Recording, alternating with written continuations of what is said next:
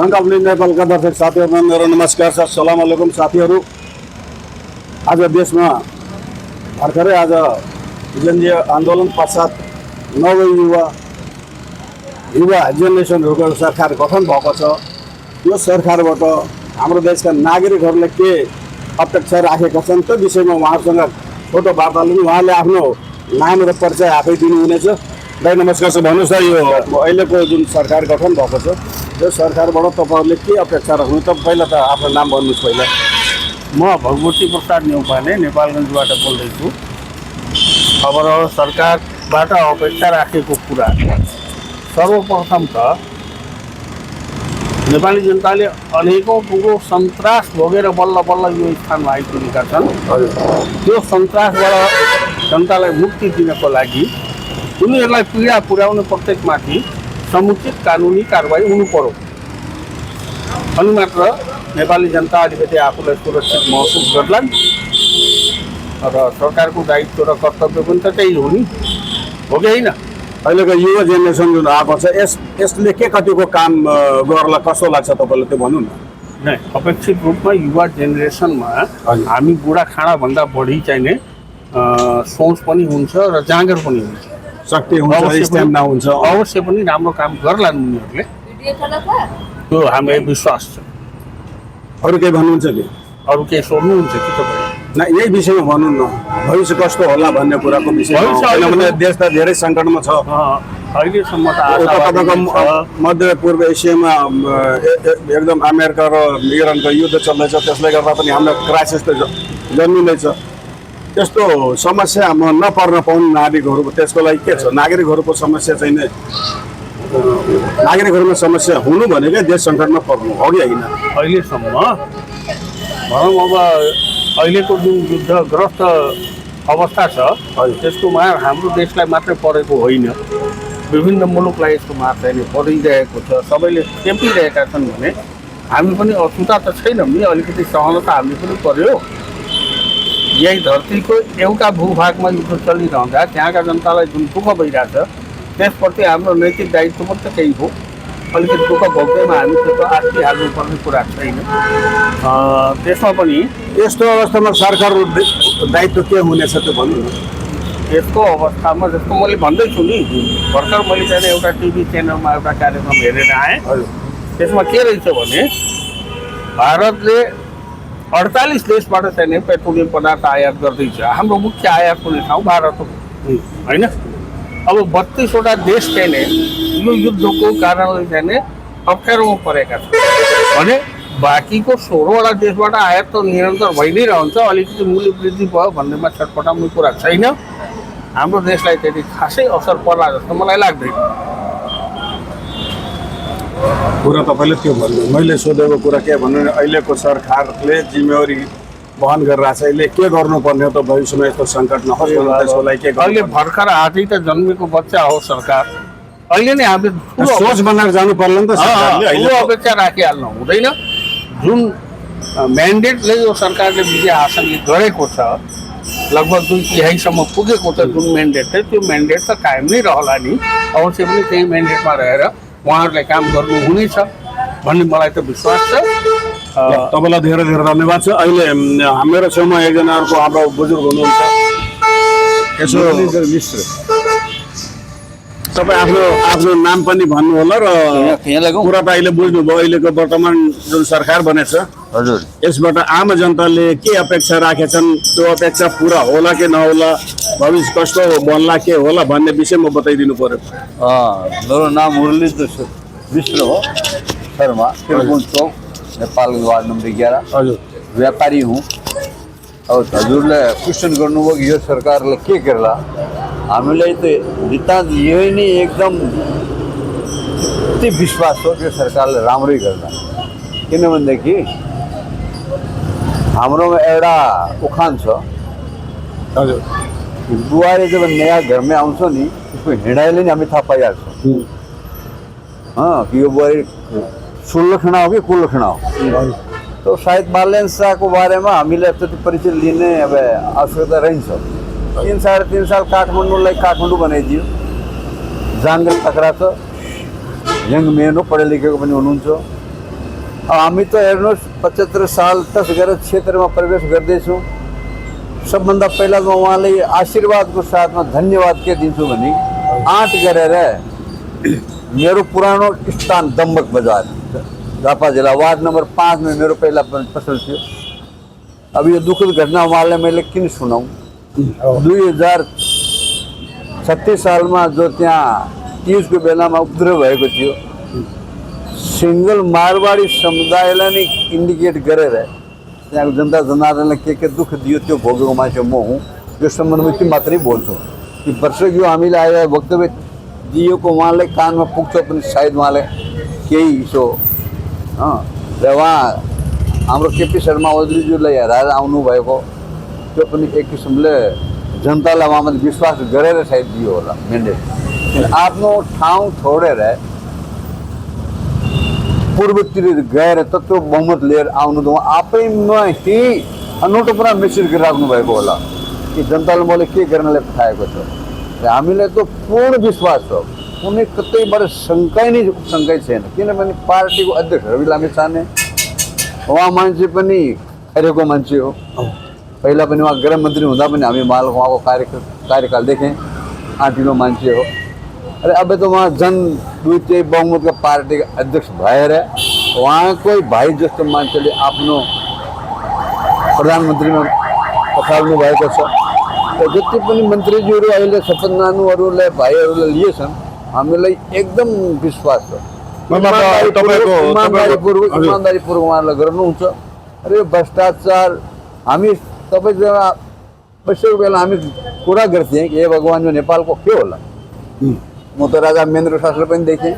अरे अहिले आएर सबै देख्दा वाक्क भएँ कि यो नेपालमा के भइराखेको छ। हामीले देख्दाखेरिको के थियो। अब उहाँलाई भगवान्ले थप सद्बुद्धि दियोस् कि वर्ष त हाम्रा नेपालका पुराना उद्योगहरू अस्ति त टिप्पणी मात्रै हामी सुनिराखेका थियौँ। फेक न्युज हो कि मोबाइलमा पक्का न्युज हो त्यो अब उहाँले नै जानुहोस्। पुराना घुमेको उद्योगहरू सञ्चालन गर्ने भन्ने कुरा छ। त्यो गरिएकोमा त हाम्रो नेपाली छोराहरूलाई गर्नै पर्दैन, काम पुरा गर्नु पर्यो।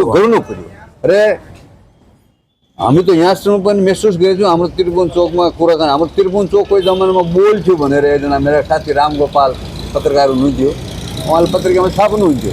अहिले त्रिभुवन चोकलाई के बोलिराखेको छ पनि, ओहो देखो हो भैया, यी सरकार के नाम सुनते ही मालपोत कार्यालय में XYZ जुनसो कार्यालय में असर तो परिसक्यो हो। कर्मचारीहरू अहिले पनि टाइममै आउने सोध्ने लागिसकेका छन् भनेपछि एउटा वालेन्साको आफ्नो इमेज त रहेछ भनेर हामी आँख लगाएर बसेका छौँ। र यति भन्दै अब भर्खर उहाँले आज शपथ लिनुभएको उहाँको पुरै मन्त्रीमण्डललाई हाम्रो तर्फबाट आशीर्वादको साथ बधाई छ।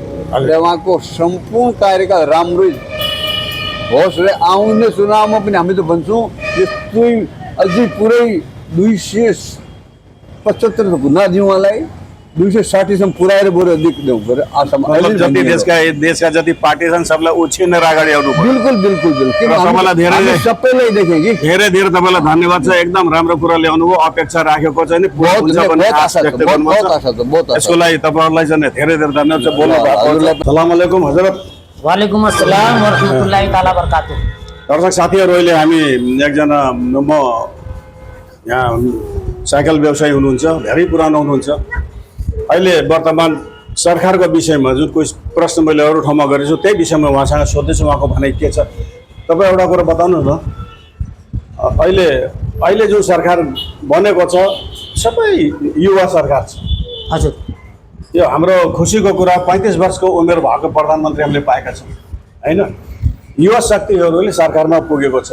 यो युवा शक्तिद्वारा बनेको सरकारबाट तपाईँहरूले के उम्मेद लगाउनुहुन्छ, के अपेक्षा राख्नुहुन्छ, भविष्य कस्तो होला त्यो विषयमा केही जानकारी तपाईँको विचार व्यक्त गर्नुहोस् न। हजुर नमस्ते, म बागवान साइकिल प्रोपराइटर मोहम्मद हनीफ। म तकरिबन व्यवसाय गरेको 22 वर्ष भएको साइकिल लाइनमा। र हामी बहुत दुःख झेलेको र दुःख पाएको हामी यो सरकारबाट।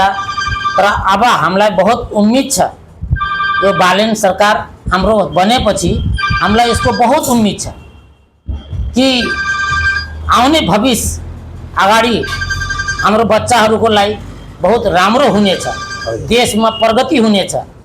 र जुन यो नाकादेखि घुसबैठियाहरू आइराखेछन् र व्यवसायलाई हामीलाई लुटेर हाम्रो यो नाकाबाट अर्को नाकामा गइराखेछ, यो रोकथाम पनि होस् र यो हाम्रो मुल्क नेपालगञ्ज र पुरै नेपालभरि भनौँ न, नेपालभरिमा राम्रो प्रगति होस्, हाम्रो व्यवसायलाई पनि सुविधा होस्, व्यापारीलाई पीडा नपरोस्, व्यापारी हाम्रो अगाडि मन लगाएर सबै आफ्नो सम्पत्ति र ज्यान माल धन सबै लगाएर चाहिँ नै यो व्यवसायलाई पनि बढाओस् र आफ्नो नेपालमा पनि प्रगति होस्, यो हामी चाहन्छौँ। आफ्नो सरकार बालेनदेखि हाम्रो यही उम्मीद छ कि हाम्रो बालेन सरकारले राम्रो गरोस् भनेर। हाम्रो सबभन्दा प्रेरणा यही छ कि भने चाहिँ हाम्रो सरकार जुन अहिले नयाँ बन्दैछ यसलाई हामीलाई धेरै उम्मीद पनि छ र यो म भन्न चाहन्छु यो सरकार बनेर हाम्रो यो देशमा धेरै प्रगति होस्। जुन मान्छे हाम्रो सधैँ 10 लाख 12 लाख विदेश जान्छन् यो नजाओस्, हाम्रो नेपालमै काम पाएर उनलाई रोजगार दियोस्। हाम्रो यो सरकार धेरै धेरै धन्यवाद। स्वदेशमै बाँच्ने मल्ल पाउन् भन्ने कुरा हो तपाईँ? हजुर हजुर, त्यही हाम्रो पनि यही उम्मीद छ, सबै देशवासीको उम्मीद छ कि यो हाम्रो आउने सरकार बालेन सरकारले राम्रो गर्छन् र राम्रो होस्, हाम्रो यही उम्मीद छ। हजुर नमस्ते, म बागवान साइकलदेखि हजुरहरूलाई सबैलाई धन्यवाद दिँदैछु। बालेन सरकारलाई पनि नमस्ते सर। हामी यही चाहन्छौँ, उम्मीद पनि यही राखेछौँ कि अगाडिलाई हाम्रो बच्चाको लागि राम्रो होस्, भविष्य राम्रो होस्। धेरै धेरै धन्यवाद छ तपाईँलाई, यति कुरा भन्नुभयो। Thank you. हाम्रो सङ्कल्प लिने नेपालका साथीहरू, म अझ अगाडि बढ्छु, अझ कतिजनासँग आज विचार लिन सकिन्छ लिएर भरे बेलुका तपाईँहरूलाई हामी देखाउने काम गर्नेछौँ। अहिलेलाई एकछिन म बिसाउँछु। लियाकत मिडिया हुन्, यिनीलाई नै म हजुरलाई भनौँ, हजुरलाई म चिनेको बचपनदेखि, हाम्रो यिनको अगाडि जन्म हो, उहाँलाई चिनेको मैले बचपनदेखि। हाम्रो अङ्कल जस्तै हुनुहुन्छ, बाउ जस्तो पनि हुनुहुन्छ, तर उहाँले बहुत मेहनत गर्नुभयो नेपालगञ्जमा र अरू ठाउँमा पनि। म चाहन्छु मेरो सरकार आउने यिनका बालबच्चालाई केही सरकारी रोजगार पनि मिलोस्, हाम्रो बालबच्चालाई पनि सरकारी रोजगार मिलोस्। यस्तै फाटाफुटी नघुमाउँ र एउटा व्यवसाय गर्नेलाई पनि सरकारले केही सहयोग गरोस्। ल धेरै धेरै धन्यवाद। Thank you. सङ्कल्प नेपालका साथीहरू, अघिकै विषयवस्तुलाई लिएर म क्रमशः अगाडि बढ्दैछु। अहिले हाम्रो एउटा पुरानो राजनीतिज्ञ पनि व्यवसायिक पनि र उहाँले आफ्नो परिचय आफै दिँदै हुनुहुन्छ, भन्नुहोस् त। धन्यवाद सङ्कल्प न्युज नेपाललाई। अब मेरो नाम विश्वप्रसाद पाण्डे हो। म नेपालगञ्जमा बस्न थालेको 20-32 वर्ष भइसक्यो। राजनीतिक रूपले कुन कुन पार्टीमा हुनुहुन्छ? सैद्धान्तिक रूपले भन्नुपर्दाखेरि म नेकपा नेपाली कम्युनिस्ट पार्टीमा छु। अहिले पनि म त्यसैमा चाहिँ मैले आफूले प्रतिनिधित्व गर्छु। अब एउटा कुरा तपाईँसँग म के सोध्न चाहन्छु, आज हुन त सबैलाई खुसीको कुरा हो। अहिले सङ्ख्यामा 43 प्रधानमन्त्री 43 नम्बरको र उमेरमा 35 वर्षको उमेर भएका एउटा युवा बालेन शाहले प्रधानमन्त्री पदले सम्हालेको छन् र एउटा टिम बनेको छ, नयाँ युवाहरूको एउटा सरकार बनेको छ। यो सरकारबाट तपाईँले र देशका नागरिकले के अपेक्षा राखेछन्, भविष्यमा के कस्तो होला, कुन किसिमको धारणा तपाईँहरूमा छ, त्यो त्यसबारे अलिकति भन्नु। बालेनको सरकारबाट नेपाली जनताले धेरै ठुलो आशा राखेकै कारणले 2/3 नजिक नेपाली जनताले बालेनलाई चाहिँ नै माथि पुर्याएको देखिन्छ। किनकि पुराना दलहरूले राम्रोसँग डेलिभरी दिन सकेनन्, राम्रोसँग अगाडि बढ्न सकेनन् भन्ने नेपाली जनतालाई कहीँ कतै कतै कतै कतै त्यो परिराखेको थियो। त्यसैको बावजुद आज एउटा चाहिँ नै भर्खरको युवा शक्तिले चाहिँ जुन एउटा प्रगति गरेको छ, जुन सरकार बनाउन सफल भएको छ यसबाट चाहिँ नेपाली जनताले धेरै आशा र अपेक्षाहरू राखेको देखिन्छ। साथसाथै म त के चाहन्छु भने यस बालेन सरकारले अब आउँदा दिनहरूमा मुख्यतया नेपाली जनताको डेलिभरी दिने कुरामा, सुशासन दिने कुरामा, भ्रष्टाचारका विषयलाई सर्वप्रथम यसलाई चाहिँ तुरुन्तै यसलाई छिटोभन्दा छिटो एक्सनमा जानुपर्छ भन्ने जस्तो मलाई लाग्दछ। अनि यो तपाईँको व्यावसायिक क्षेत्रमा के कस्तो छ समस्या, त्यो समस्याहरूको बारेमा पनि केही भन्नु होला। अब हामी एउटा व्यवसायी भएको नाताले व्यवसायमा धेरै समस्याहरू आइलागे। हरेक एउटा चाहिँ हरेक बैङ्कसँगका सम्बन्धहरू, आर्थिकसँगका सम्बन्धहरू कसरी जटिल हुँदै गयो, कसरी यो समस्यामा हामी चाहिँ फस्दै गयौँ, कसरी चाहिँ यसबाट मुक्ति पाउने भनेर हामी एउटा व्यवसायीहरूले पनि यसलाई मध्यनजर गर्दै हामी यसलाई चाहिँ यसलाई कसरी चाहिँ हामीले यसलाई कसरी समस्याको समाधान गर्न सक्छौँ भनेर यहाँभन्दा पहिलाका सरकारहरूलाई पनि विभिन्न सुझावहरू दिएकै हो। तर त्यो पहिलाको सरकारले चाहिँ त्यति व्यवसायको हक हितको निम्ति कुनै काम कतै गरेको देखिएन। सुन्यो मात्रै व्यवसायको हक हितको निम्ति कहीँ कतै बोलेको देखिएन। र आएका योभन्दा पहिलाका गभर्नरहरू पनि त्यस्तै देखियो, पार्टीबाट सञ्चालित, पार्टीका चाहिने कुराहरू नै लागू गर्न खोज्ने, नेपाली जनताका समस्या के छन्, व्यवसायका समस्या के छन् त्यतातिर ध्यान नदिने, त्यस्तो खालको भएको हुनाले अब बालेन सरकारले के गर्नु पर्यो भने यी पुराना जति पनि छन्, जति पनि लाभका पदहरूमा बसेका छन् तिनलाई तुरुन्तै त्यसलाई हटाएर नयाँ एउटा कम्पिटिसनद्वारा नयाँ व्यवस्थापन गर्नुपर्छ भन्ने लाग्छ। तपाईँको भनाइ एकदम ठिक आयो। अब यो विगतमा जे जति अपराधीकरण भयो त्यो सबै मुक्त हुनु पऱ्यो र देशमा आर्थिक स्थितिमा सुधार आउनु पऱ्यो, सांस्कृतिक संरक्षण, मानव अधिकारका संरक्षण, अब आम नागरिकले ढुक्क भएर देशमा बाँच्न पाउने किसिमको वातावरण बन्नु पऱ्यो तथा कृषिमा स्वावलम्बन गर्न हुनु पऱ्यो, आत्मनिर्भरता हुनु पऱ्यो भन्ने कुराहरू हो। हामीले जसरी पुराना दलहरूबाट हामी जसरी एक प्रकारको अवहेलित जस्तो भएका थियौँ, जसरी हामी माथि एउटा विभिन्न प्रताडित गरिएको थियो नेपाली जनतामाथि, त्यो प्रताडितबाट अहिलेको सरकारले कसरी चाहिँ मुक्ति दिन सक्छ, कसरी चाहिँ मुलुकलाई ट्र्याकमा लान सक्छ भन्ने कुरालाई चाहिँ मुख्यतया चाहिँ त्यसमा ध्यान दियोस् भन्ने नै मेरो।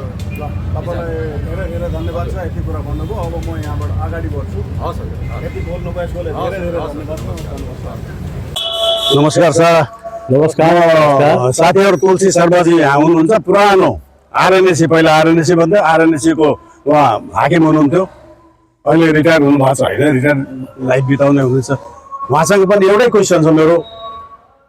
तुलसीजी, एउटा कुरा अहिले यो हामी सबैलाई खुसीको कुरा, अहिले एकदमै यङ जेनेरेसन ले मन्त्रीमण्डल गठन गरेको छ। अब क्रम सङ्ख्याको हिसाबले 43औं नम्बरको प्रधानमन्त्री 35 वर्षको उमेर भएको व्यक्ति बालेन शाह चाहिँ प्रधानमन्त्री चाहिँको एउटा जिम्मेवार कुर्सीमा चाहिँ उनी बस्न पाएका छन्। यो खुसीको कुरा पनि हो, युवा जेनेरेसनले अब चाहिँ देश चलाउँछ कि भनेर। अब तपाईँसँग एउटै क्वेसन प्रश्न के छ भने अहिलेको वर्तमान सरकार जुन आज गठन भयो, चोपसाइड पारेर गठन गरे, यो सरकारबाट आम नागरिकले र तपाईँहरूले के अपेक्षा राख्नुपर्छ, कस्तो होला भविष्य, के होला, कुन किसिमले काम गर्लान् या कति सक्छन् सक्दैनन् भन्ने कुरो अपेक्षा के राख्नु भएको त्यो विषयमा बोल्नु। धन्यवाद लेखकज्यू। अहिले धेरै नै खुसी कुरो, एकदमै यङ जेनेरेसनको प्राइम मिनिस्टर नेपालले पाएको छ र उहाँबाट नेपाली जनताले र प्लस यङ पिपलहरूले पनि र नेपाली पिपलहरूले निकै ठुलो आशा राखेका छ। र विशेष गरी शान्ति सुरक्षा, देशको सार्वभौम संरक्षता अखण्डतालाई बचाउने र करप्सन हटाउने र सुशासनको ठुलो चाहिँ आशा गरेको छ नेपाली जनताहरूले र सबैले। र यसमा केही जुन विकासको लहर जुन आउनुपर्ने रोकिएको छ, ब्याङ्कमा पैसा जति थुप्रिएर रहेको छ, ब्याजको निक्षेप यति ब्याज तल घटाउँदा पनि केही उद्योगहरू फस्टाउन सकेका छैनन्, लगानी गर्न सकेका छन्, प्राइभेट जगत अलिकति निरुत्साहित भएको देखिन्छ। यसले गर्दा त्यसलाई चाहिँ पनि सुरक्षित गरिकन अन्तर्राष्ट्रिय पनि त्यो उद्योगहरू नेपालमा आउन सकोस् र नेपाली चाहिँ पुराना उद्योगहरूले पनि केही स्थान पाउन्, यही नै जनताको आशा छ। जनतालाई त यही बाटो सुरक्षाको प्रत्याभूति दिलाइदिएपछि जनताले त आफै गर्ने कुरो हुन्छ र जनताले मेन कुरो यही शान्ति सुरक्षा, अमन चयन र सुशासन र भ्रष्टाचार मुक्त। अनि एउटा कुरो भन्नु न, विगतको समयदेखि नागरिकता धेरै आर्थिक दृष्टिकोणले एकदमै जकडिएको स्थिति छ। धेरै ऋणमा चुर्लुमै डुबेका छन्, कति त घरबास खतम भइसकेका छ, कति कुन जिन्दगी कसरी व्यतीत गर्दैछन्, बडो पीडादायक स्थिति अवस्थामा छन्। तिनीहरूले अब उनीहरूको लागि सरकारले के गर्दाखेरि राम्रो होला? के एकदमै सही कुरा, सही प्रश्न गर्नुभयो यहाँले। त्यस्ता व्यक्तिहरूलाई, त्यस्ता पिपुल्सलाई, त्यस्ता जनतालाई छनौट गरेर राज्यले केही गर्न नसक्ने तहका जनताहरू र एकदमै निम्न स्तरमा रहेका जनताहरू जसले लोन पनि लिन सक्दैनन् र केही कार्यक्रम गर्न सक्दैनन् भने एकदमै गरिबीको रेखामुनि रहेको जनताहरूलाई अथवा त्यस्तो खाले पिपुलहरूलाई गभर्मेन्टले चाहिँ पुरा सिलेक्सन गरेर चोइस गरेर सरकारले के प्रत्याभूति दिन सक्छ त्यस्ता व्यक्ति रोजगारमूलक चाहिँ नि भन्नु हो, रोजगारमूलक कामहरू अथवा त्यसले के दिन सक्छ त्यो चिजमा त्यो सरकारले त्यसमा लगाउँदा राम्रो हुन्थ्यो र उनीहरूले केही फाइदा पनि लिन। अब के हुनुहुन्छ त बालन शाहको सरकारलाई तपाईँ के भन्न चाहनुहुन्छ? म बालन शाहको सरकारलाई पूर्ण सफलताको शुभकामना दिन चाहन्छु र नेपालले पक्कै पनि एकदमै यङ प्राइम मिनिस्टर पाएको छ र उहाँ पनि केही गर्न सक्ने खुबी भएको देख्नु भएको छ। यसैले पनि उहाँप्रति नेपाली जनताको निकै ठुलो आशा छ र हाम्रो पनि समर्थन छ र मेरो पनि झनै समर्थन छ र एकदमै शुभकामनाको कामना गर्दैछु। धेरै धेरै धन्यवाद छ तपाईँलाई, तपाईँले समय दिनुभयो यसको लागि धेरै धेरै धन्यवाद छ। साथीहरू म यही प्रश्न लिएर अगाडि बढ्छु, हेरौँ आज कतिजनासँग चाहिँ लिन सकिएला। यति भन्दै उहाँसँग बिदा हुन्छु। नमस्कार सर। हस्, थ्याङ्क यू। दर्शक साथीहरू, अघि नै मैले एउटा कुरा तपाईँहरूको माझमा राखिसकेको छु। आजको वर्तमान विषयवस्तुलाई लिएर उहाँसँग पनि म अहिले कुरा गर्न बसेको छु। उहाँ टङ्कप्रसाद शर्माजी हुनुहुन्छ। नमस्कार छ मेरो। र उहाँ चाहिँ जडीबुटी व्यवसाय सङ्घको अध्यक्ष पनि, वर्तमान अध्यक्ष हुनुहुन्छ। उहाँसँग पनि मेरो एउटै प्रश्न के छ भनेपछि अहिले वर्तमान जुन सरकार युवाहरूको सरकार बनाएको छ, यो सरकारबाट तपाईँले के अपेक्षा राख्नु भएको छ? भविष्य कस्तो होला, के होला र आम नागरिकले के अपेक्षा राखेछन् यस विषयमा एउटा सानोतिनो विचार आफ्नो व्यक्त गरौँ न। के छ, कसो लाग्छ तपाईँलाई? धन्यवाद। अहिले भर्खरै यो जुन सरकार बनेको छ, युवाहरूको सरकार, यो एउटा नेपालमा जुन किसिमको कुराहरू भइराखेको थियो, जुन प्रजातन्त्र, गणतन्त्र, लोकतन्त्र, त्यसमा विश्वास गरेर जनताहरूले केही न केही आशा गरेर जुन कुराहरू सोचिराखेका थिए, त्यसको विपरीतमा कुनै पनि काम सुशासन, भ्रष्टाचारदेखि अन्य कुराहरूमा पनि देशले कुनै पनि उन्नति गर्न नसकेको कारणले नै अहिले युवाहरूले जुन जमर्को गरे, जो जेनजीहरूले आन्दोलन गरे, त्यसको उसमा नेपाली जनता हामीहरू सबैले कि अब कुनै न कुनै परिवर्तन गर्नु पर्यो।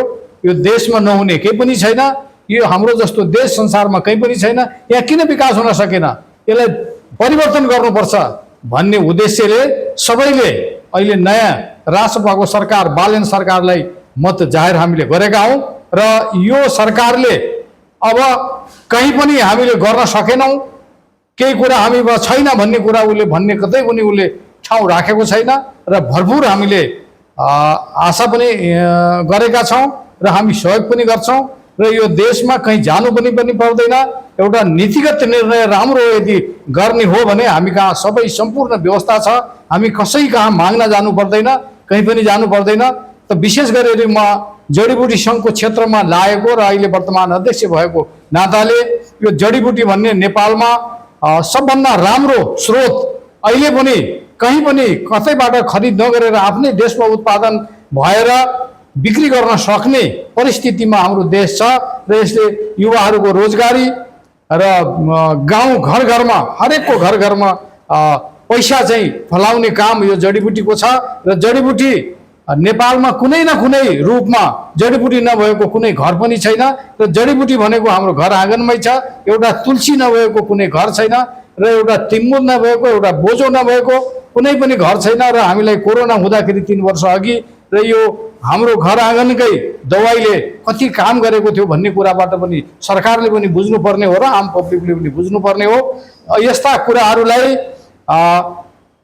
खेतीदेखि निकासीसम्मका ती व्यवस्थापनहरू हामीले 30 वर्षदेखि उठाउँदै आएका कुरा सरकारले कुनै पनि नसुन्ने र हामी एकदम आजित भएका छौँ र यो सरकारबाट हामीलाई के छ भने यी कुराहरूलाई हाम्रा कुराहरूलाई सुनेर यसको समस्या समाधान गर्ने र निकासी मैत्री वातावरण नेपालमा निकासी मैत्री वातावरणै छैन। कुनै पनि हामी कहाँ भएका सामानहरूलाई निकासी गर्दाखेरि व्यापारीहरूलाई किसानहरूलाई सबैलाई धेरैलाई अप्ठ्यारो छ। त्यो कुरालाई यदि सरलीकृत गरिदिन्छ भने र हामी कहाँ डलर लगायत अन्य आम्दानीका स्रोत बढ्नुको साथै रोजगारी पनि बढेर नेपाल र नेपालीको हित हुने काम गर्दछ र यसमा तुरन्त अहिलेको सरकारले कसरी गर्न सकिन्छ भन्ने कुरा एउटा नीतिगत रूपमा ल्याओस्, त्यसको सहयोग गर्न हामी तयार छौँ। हामीलाई यही आशा छ। सरकारलाई वर्तमान सरकारले यसको अध्ययन हुनु पर्यो र यस विषयमा सम्पर्क बढाएर चाहिँ सेमिनार गोष्ठीहरू गऱ्यो भने त सम्भावना छ। सम्भावना छ, यसमा प्रशस्त सम्भावना छ। यो हामी सम्भावना केही गर्नु नै छैन, हामीले यसका समस्या पनि राखेका छौँ र हामीसँग समाधान पनि छ। हामी समस्या मात्रै उत्पन्न गर्ने होइन, समस्या र समाधान दुइटै छ। त्यो कुरालाई कार्यान्वयन सरकारले गरिदिनु। तपाईँले अघि एउटा कुरा राम्रो भन्नुभयो, गाउँघरदेखि लिएर चाहिँ सबै घरमा लगभग जडीबुटीहरू छन्, सबै घरमा छ भन्नुभयो। अनि तराईदेखि पहाडसम्म फरक फरक किसिमका जडीबुटीहरू छन्। अत्याधिक मूल्यवान जडीबुटी पनि हाम्रो देशमा छ, त्यसले राम्रो मूल्य पाउन सकेको छैन भन्ने कुरा पनि तपाईँको होला केही। त्यसको लागि मार्केटको व्यवस्था गरिदिने, अन्तर्राष्ट्रिय मार्केट पनि बनाइदिने भन्ने कुरा सरकारले गर्नुपर्ने हो कि होइन त्यो भन्नु? त्यो सरकारले त्यसमा सोच ल्याउनु पर्यो, किनभने हामी कहाँ तीनटा प्रकारको छ, तराई, पहाड र हिमाल। अब यसमा के हो भने हामी कहाँ तराईमा पनि प्रशस्त जडीबुटीहरू छन्, पहाडमा पनि प्रशस्त छन्, हिमालमा पनि छन् उच्च मूल्यका। कि नेपालमा यस्तो छ कि संसारमा नपाइने जडीबुटी पनि यहाँ छन्। संसारमा अन्यत्र देशभन्दा अन्यत्र नपाइने नेपालमा मात्रै, जस्तै यासागुम्बा त्यो अन्यत्र नेपालमा सबभन्दा सर्वोत्कृष्ट छ। त्यस्तै जटामासी संसारको सबैभन्दा बढी हामी कहाँ नै पाइन्छ। त्यस्तै अन्य जडीबुटी छन्, जस्तै तिमुर छ, रिठा छ। यस्ता कुराहरू प्रशस्त रूपमा बहुमूल्य जडीबुटी हुन्। यसलाई हामीले व्यवस्थित रूपमा मार्केट पनि सरकारले खोज्नुपर्ने हुन्छ र निकासी मैत्री हामी कहाँ ल्याबहरूको सुविधै छैन। इन्टरनेसनल हामी व्यापार गर्ने हो भने एउटा पनि ल्याब छैन। निजी स्तरमा किसानहरूले यसको पनि खेतीपाती त गर्न सक्छन्, तर त्यो खेती मैत्री पनि हुनु पर्यो। खेती गर्नलाई चाहिने हामी कहाँ टेक्नोलोजी हुनु पर्यो, बिउ बिजन हुनु पर्यो, त्यसको एउटा त्यो प्राविधिकहरू हुनु पर्यो। त्यो सरकारले केही पनि गरेको छैन अहिलेसम्म केही पनि छैन। व्यक्तिले जे गरे त्यो गर्यो, सरकारबाट सहयोग भएको छैन। अनि अहिलेको सरकारबाट तपाईँ अरू के अपेक्षा राख्नुभएको छ? यसले कतिसम्म चाहिँ गर्नुपर्ने हुन्छ? गर्नुपर्ने उसले नीति मात्रै राम्रो बनाइदियोस्, केही गर्नु छैन। तपाईँ नीति राम्रो बनायो भने आफै किसानहरूले गर्छ। जडीबुटीमा त म आफै आज भन्छु, यसमा कसैले केही गर्नु पर्दैन। एउटा तपाईँ निकासी नीति, सङ्कलन नीति र खेती नीति एउटा गरिदियोस्, त्यसपछि आफै व्यापार भन्ने कुरा तपाईँले मुनाफा गर्नुहुन्छ भने आफै दौडेर गर्नुहुन्छ। त्यस्तो किसिमको नीति गरिदिनु पर्यो। त्यो सरकारसँग हाम्रो आशा छ र सरकारलाई पनि हामी भन्छौँ। र यो कुरा छैन कि म जहिले पनि के हुन्छ, हामीले पब्लिकबाट उठाएका कुरा, सङ्घ संस्थाबाट कुरा उठाएको कुरा, मेरो सरकारलाई एउटा भन्ने के छ भने हामीले उठाएको कुरा यदि गलत छ भने हामीलाई बिल्कुल उसले मान्नु हुँदैन। हामीलाई यदि सही कुरा छ भने त्यसलाई गर्नुपर्छ, अवलम्बन गर्नु पर्यो। यहाँ सबभन्दा बिग्रेको के भने सही कुरालाई पनि अवलम्बन नगर्ने र खालि गफ र भाषण मात्रै गर्ने र कर्मचारीहरूले पनि खालि मिटिङ मात्रै गर्ने, एउटा पनि काम गर्दैन। त्यसले गर्दा चाहिँ त्यो हिसाबमा सरकारले युवा शक्तिले त के गर्ला भन्ने आशा चाहिँ छ। अब यो 1 महिनाबाटै थाहा हुन्छ गर्ने न, तर म गर्न सकिनँ भन्ने छुट चाहिँ छैन है यो सरकारलाई। मैले पनि भन्दिनँ, एकदम त्यो छुट छैन। अब चाहिँ छुट पाउने अवस्था छैन। अरू केही यो वर्तमान अहिले बनेको गठन भएको सरकारलाई के आशीर्वाद दिनु? आज के हो भने आज यसरी 2/3 लगभग 2/3 सरकार बनेको छ। युवा अहिले सबैभन्दा कान्छो प्रधानमन्त्री पनि बन्नु भएको छ।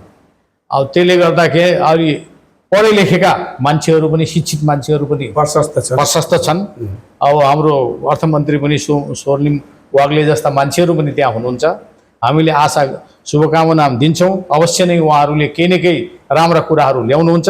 त्यो राम्रा कुरा आयो भने हामी कुनै किसिमको हामी त जनता, हामी कुनै पार्टी न पार्टीको कुरा छैन। देश बन्नु पर्यो, यहाँका मान्छेले सुख पाउनु पर्यो र यहाँ मान्छेले शान्ति पाउनु पर्यो र यो कसैको दास हाम्रो नेपाल बन्ने होइन। हाम्रो यति राम्रो देश कि यहाँ सबै स्रोत यहीँ छ, कहीँ जानु पर्दैन। कहीँ 1 2 3 कसैसँग पैसा पनि ल्याउनु पर्दैन। हामीसँग प्रशस्त व्यवस्था छ। युवाहरूले स्वरोजगार पाउँछन् त? पाउने व्यवस्था ल्याउनु पर्यो। अहिले तपाईँ यो जडीबुटीको खेती गर्ने एउटा ल्याओस् न, अरबौँ रुपियाँ खर्च गर्नु पर्दैन, विदेशिनु परेन, कहीँ विदेशिनु पर्दैन। 10-20 करोड रुपियाँ ल्याएर एउटा नीति बनाओस्, 100 जना 200-500 जनालाई त हामी दिन्छौँ, यसरी गर भनेर। भोलि महिनामा 50,000 लाख रुपियाँ कमाउने व्यवस्था भयो भने को जान्छ? धेरै राम्रो कुरा अध्यक्षजीले भन्नुभयो। अध्यक्षजीले एउटा राम्रो कुरा के भनिदिनु भयो भने सरकार चाहिँ अब हेर्दाखेरि साह्रै शक्तिशाली युवाहरूको जमात हो। यसले हरेक हिजोका कमी कमजोरीलाई अध्ययन गरेर त्यो आधारबाट चाहिँ नयाँ तरिकाबाट अगाडि बढ्नु पर्यो भन्ने उहाँको भनाइ छ। र उहाँको मात्र होइन, देशका सम्पूर्ण जनताले पनि ठुलो अपेक्षा राखेका छन्। अहिले राम्रो कुरा अध्यक्षजीले भन्नुभयो। तपाईँलाई धेरै धेरै धन्यवाद छ समय दिनुभएकोमा।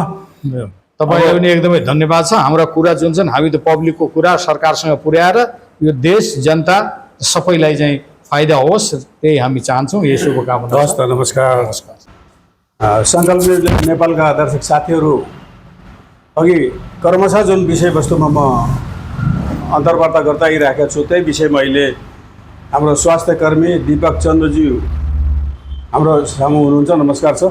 नमस्ते सर। उहाँको मेडिकल हल पनि छ, औषधि पसल पनि छ, औषधि व्यवसायी पनि हुनुहुन्छ, स्वास्थ्य कर्मी पनि हुनुहुन्छ। उहाँसँग पनि त्यही एउटा क्वेसन म गर्छु, एउटै प्रश्न त्यही गर्छु जुन अरू ठाउँमा सोधेछु। ल चन्द्रजी, एउटा कुरा, अहिले सङ्ख्याको हिसाबले 43औँ नम्बरमा अहिलेको प्रधानमन्त्री परे। आजसम्म प्रधानमन्त्री जति बनेका थिए त्यो सबै गर्दाखेरि 43 नम्बरको अहिले, र उमेरको हिसाबले 35 वर्षको उमेर भएको बालिन शाहले आज प्रधानमन्त्रीको शपथ ग्रहण खानुभएको छ। र भाइभरको जति पनि टिम आएको छ लगभग सबै पढे लेखेका छन्, वेल एजुकेट र सुझबुझ भएकाहरू आएका छन्, सबै युवाहरू नै छन् प्रायः जसो।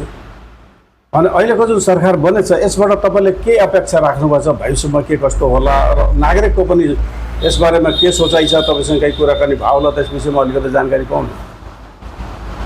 हुन्छ। सर्वप्रथम म अलिकति मेरो आफूसँग परिचय दिन चाहन्छु। र म मेरो नाम दीपक चन्द हो। नेपालगञ्ज धम्बजीमा चन्द मेडिकल हल सञ्चालन गर्दै आइरहेको छु। र यो जेनजी आन्दोलन पश्चात यो बनेको सरकार, यो चुनाव भयो, चुनावमा अब रासपाले बहुमत ल्याएर अब आज नै प्रधानमन्त्री श्री बालेन्द्र शाह प्रधानमन्त्रीको रूपमा चयन भइसक्नु भएको छ।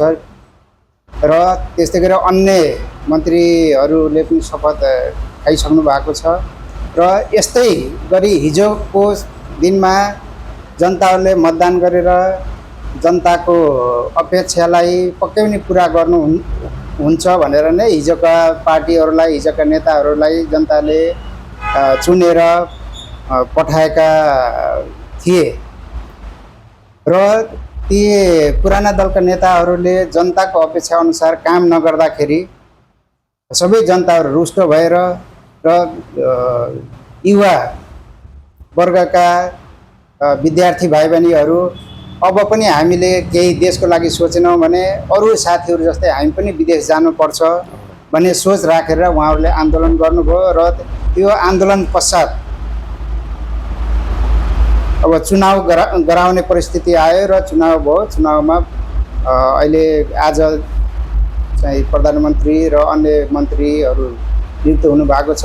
उहाँबाट पनि जनताले त्यस्तै आशा गरेका छन्, नेपालमा विकास होस्, भ्रष्टाचार निर्मूल होस्, अन्त्य होस् भ्रष्टाचार, र एउटा सिस्टममा सबै कार्यालयहरू एउटा सिस्टममा चलोस् भन्ने जनताको सबै जनताहरूको एउटा अपेक्षा हो र त्यो अपेक्षा अनुसार र अहिले नियुक्त हुनुभएका प्रधानमन्त्री र अन्य मन्त्रीहरूले जनताको अपेक्षा अनुसार काम गर्नुहुन्छ भन्ने मैले आशा लिएको छु र म के सुझाव पनि के दिन चाहन्छु यदि अहिलेको नवनियुक्त मन्त्री र प्रधानमन्त्री र मन्त्रीहरूले पनि काम गर्न सक्नु भएन भने हिजोको दिन र आजमा के फरक होला? हिजोको दिन र आजको दिनमा केही फरक हुँदैन अथवा हिजोको पुराना दलका मन्त्री प्रधानमन्त्री र उहाँहरूमा कुनै पनि परिवर्तन हुने छैन र जनताले फेरि अर्को आन्दोलन गर्नुपर्ने अवस्था आउन सक्छ।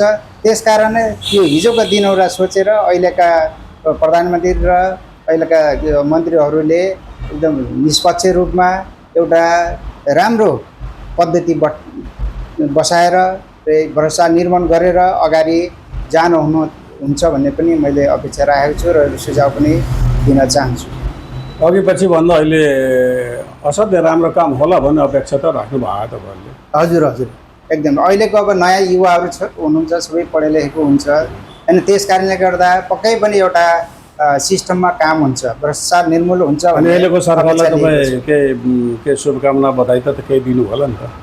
हजुर अब यो अहिलेको नवनियुक्त प्रधानमन्त्री र अन्य मन्त्रीहरूलाई उहाँको कार्यकाल सफलतापूर्वक रहोस् भन्ने शुभकामना व्यक्त गर्न चाहन्छु। ल चन्द्रजी तपाईँले समय दिनुभयो यसको लागि तपाईँलाई धेरै धेरै धन्यवाद छ। अरू पनि केही भन्नुपर्ने छ भने यसो चाहिँ भन्दा हुन्छ? ठिक छ सर अब उहाँहरूले राम्रो काम गर्न पर्यो। ल यसको लागि तपाईँलाई फेरि पनि म धन्यवाद दिन्छु। तपाईँ हामीले एउटा नेपालमा सुख शान्तिका दिनहरू बिताउन पाऊँ यही अब सम्पूर्ण नेपालीको साथसाथै मेरो पनि यही अपेक्षा राखेको छु सर। हस् धेरै धेरै धन्यवाद छ। दर्शक साथीहरू अहिले कुरा सुन्नुभयो। जतिजनासँग पनि कुराकानी गर्दाखेरि सबैको अपेक्षा के छ भने विगतका सरकारहरूले केही पनि गर्न सकेन देशमा, न जनहितमा न राष्ट्रहितमा बिथोलिएको छ देश। अब यो देशलाई फेरि सिस्टमेटिक ढङ्गबाट चाहिँ युवा शक्तिले लैजान्छन् भन्ने चाहिँ सबैको चाहना छ। जसले भोट हालेछ उसको केही सोचाइ त पहिलेदेखि थियो होला र जसले भोट दिँदा चाहिँ जो सकेनन् तिनी अहिले चुकचुक चुचुक गरिरहेछ। उसलाई बडो पछुतो भइरहेछ किन नदिउँला भन्ने किसिमको सोच आइरहेको छ। तर मेरो मान्यता छ यो वर्तमान सरकारले भोट हाल्ने नहालेकालाई पनि चाहिँ एक समान हेर्नेछ भन्ने कुरा मेरो सोचाइमा छ। त पक्कै पनि हो, एकरूपता नै होला र वर्तमान सरकारले सशक्त रूपमा देशलाई दरिलो र बलियो बनाएर लैजाओस् भन्ने कामनाका साथ म पनि यहीँ बिदा हुन्छु तपाईँहरूसँग र भविष्यमा के हुन्छ त्यो पनि म चाहिँ तपाईँहरूको अगाडि पेश प्रस्तुत गर्दै गर्नेछु। यति भन्दै म बिदा हुनुभन्दा अगाडि यो भिडियो हेर्नु होला, यसमा के चित्त बुझेन भने कमेन्ट गर्नु होला, सब्सक्राइब र लाइक पनि गरेर सहयोग गर्नु होला। यति भन्दै म फेरि पनि बिदा हुन्छु। धन्यवाद, नमस्कार, सलाम अलैकुम।